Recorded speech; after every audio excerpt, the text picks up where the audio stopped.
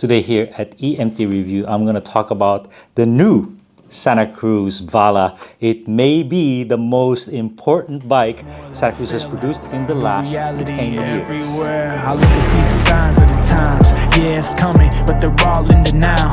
Everything you know, it's all about the change. See the sky crack and it rains down flames. Oh man, they ain't ready for it. This is something that they can't ignore. Coming down like a meteor. This is more than a game. You better get ready. Shock the world. Shock the world. Shock the world. Exciting times.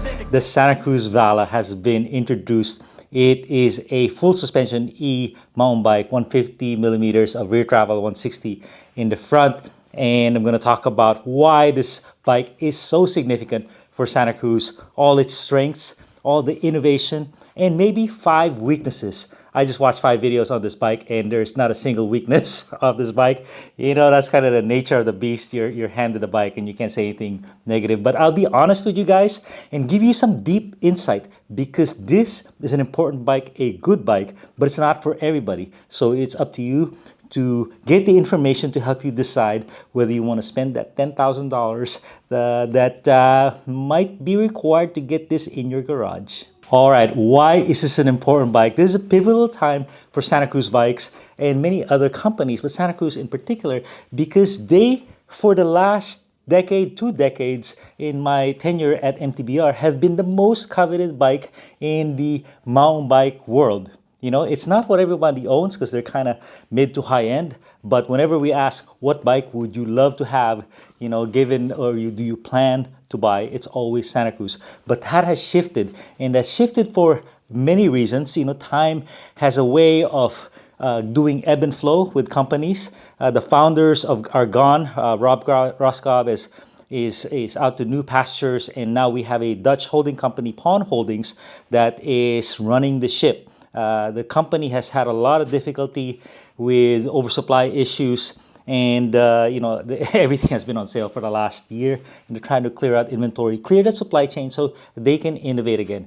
You know, gone are the days when just a whisper of a Santa Cruz bike means hacking on their website so people could catch a glimpse of the new color of the new pivot. Now they're releasing bikes, regular acoustic bikes, and you know, it's hardly making a splash.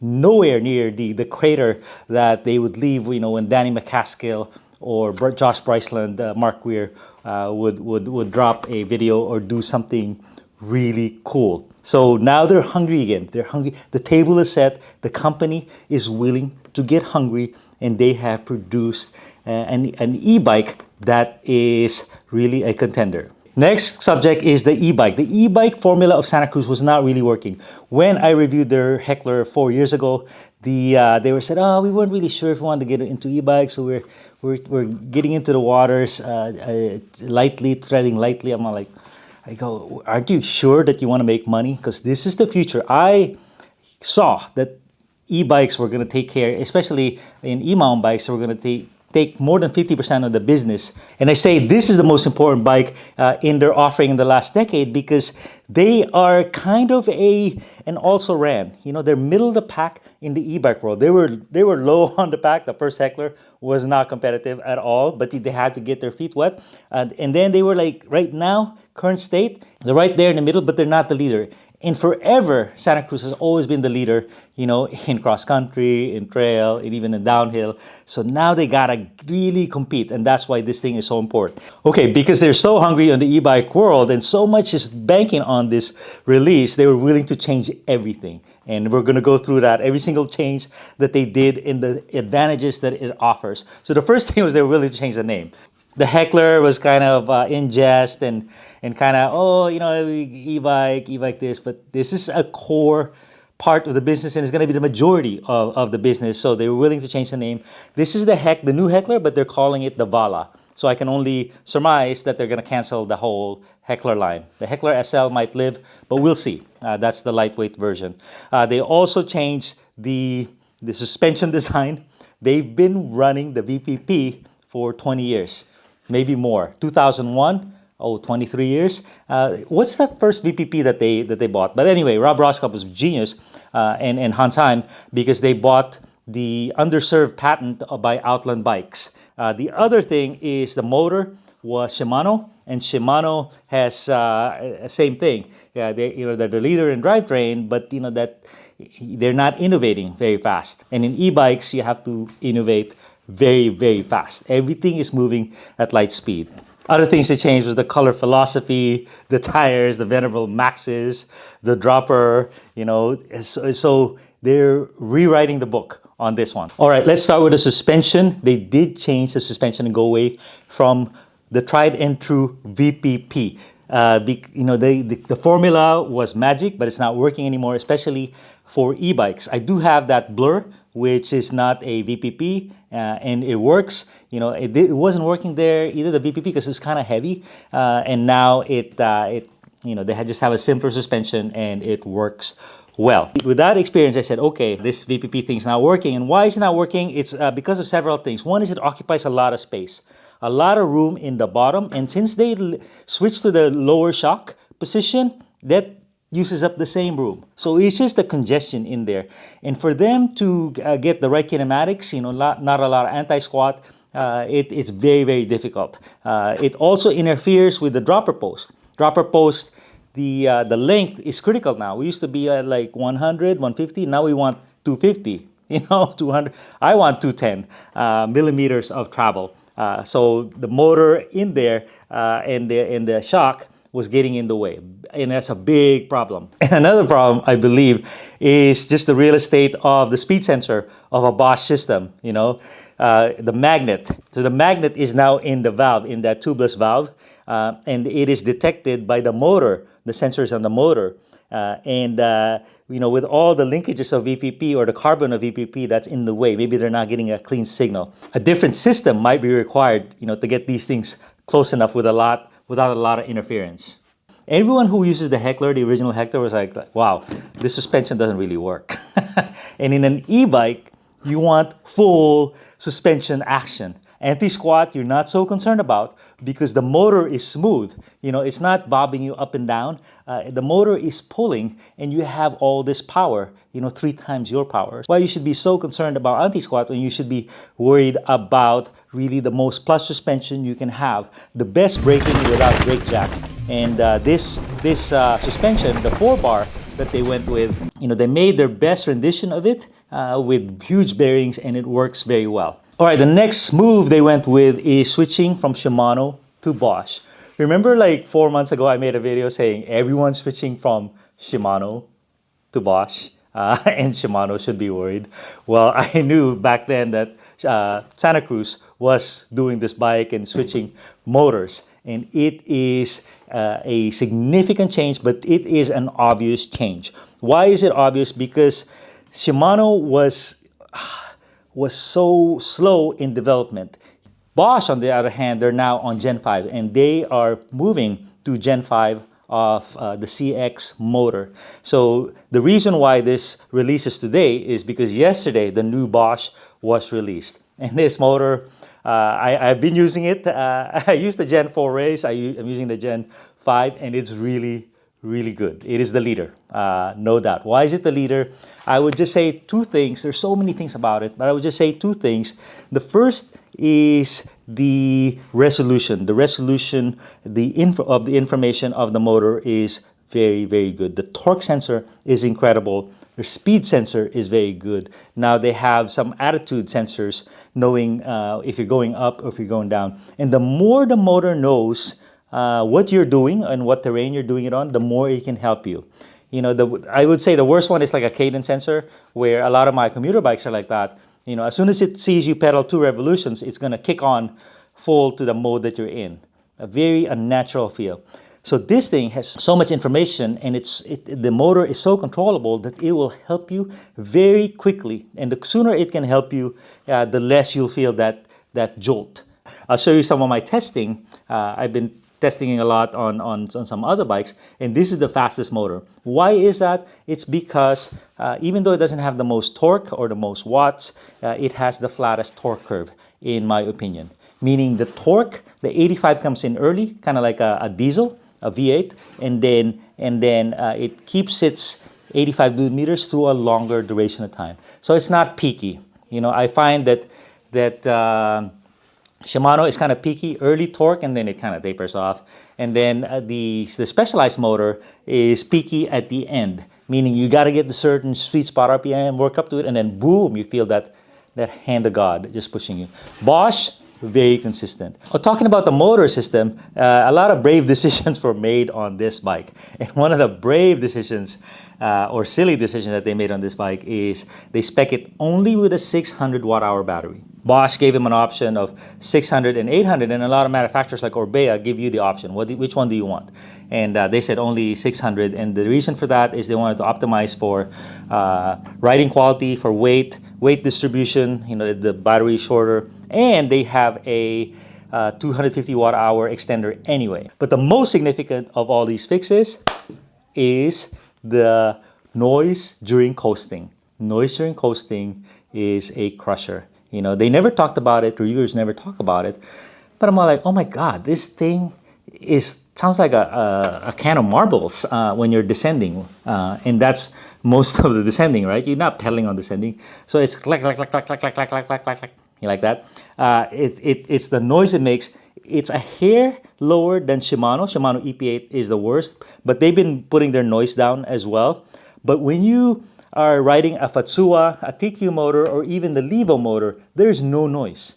There's no rattle can noise. So we were contending with this clattering because the Bosch motor was so good. But now, all indications are it's gone. The torque, they didn't change to 85 newton meters, and there is a motor looming out there, the DJI Avinox motor, that is just mind-blowing. So if you're waiting for that motor, jump to the weaknesses section of this video, because I'm going to tell you about this motor versus the DJI motor, which has really 120 newton meters of torque and all the technology in the world. All right, the next thing they changed is the geometry. Everyone's always pushing the geometry envelope, and they had some work to do in the geometry department. So their geometry is now adjustable, high and low ride height, and on the low setting, the seat angle is 77.2. Anything over 77 is good. The head angle is 63.9, so under 64 is good, and the reach setting is 456. Not 455 like I like, 456. So very modern geometry without going overboard. The other thing they did is they have a new shock mount for the progressivity of your shock. How compliant do you want it in the beginning, or how supportive? So they have a setting. So very cool for Santa Cruz to have this. Now the caveat is most people don't touch this stuff. We're going to talk about pricing. Let me go through the configurator here and walk you through. And there's a bike that you can have for under $8,000, $79.99, I think. But it's got all NX and not really good stuff. The sweet spot is 10 grand, and then there's a bike for 12.5, which is the top end, carbon wheels, everything. That's a lot, but it's actually better than what they had just a couple of years ago when it was 14,300. So I'll go through 5 weaknesses of this bike. So the first weakness is the 600 watt-hour battery. So the 600 watt-hour battery is a brave choice. A 600 watt-hour on this new Bosch system is kind of like having a 650 watt-hour Shimano or Levo, because the Bosch is more efficient. It's just more efficient, less drag, and it has these smart modes like E-MTB mode, E-Tour, where they go from Eco to Turbo without you switching anything. And because of that, the motor is more efficient. You get less dependent on that turbo mode because you rarely have to go there. So 600 watt-hour, but if you're a heavy guy, if you're a slow guy, there is no hiding the 600. All your friends have 700 or 750, you're going to get hammered. So it would have been nice to have an option of an 800, because that's what you need. If you're into exploration rides, 800 would have been nice. There is a 250 watt-hour extender. So if you're a heavy guy, and you like to just do long rides, just buy that, okay? Now, something really cool was, what if Santa Cruz just threw in the extender with every purchase? Because, hey, we're saving you money going with the 600 instead of 800. Here's the extender. It's part of the deal, all right? So that would have sold out this bike, I think. Right now, I went to the configurator, tried to buy the battery. I think I couldn't find it. But I imagine it's going to be a lot more than what it would have cost them on the OEM. Probably $500, $550, $550. So that's a significant investment if you're not sure if you're going to need it. The next weakness is the information and battery display on this. The latest Bosch is still kind of lacking, primitive. So it has 5 lights and 2 lights each, so that's 10 indicators of your battery. So it's 10% increments. There's no display on range or anything, and that's really kind of primitive, you know, especially when you see the new displays, you know, the DJI display, some of the Trek displays, information on the top tube. There's nothing wrong with that. Be able to turn it off, be able to turn it on. That is the future. And I could tell from the switch and the lights mechanism that there's a big box now. There's a big holder for these lights, so you can put a computer in there. Okay, the third weakness is the battery is not removable. Not removable, meaning you need to charge it just from the outside. And why is this a weakness? It's a weakness if you want to do dual battery rides and you just swap 600. That'd be pretty cool. You can't do that.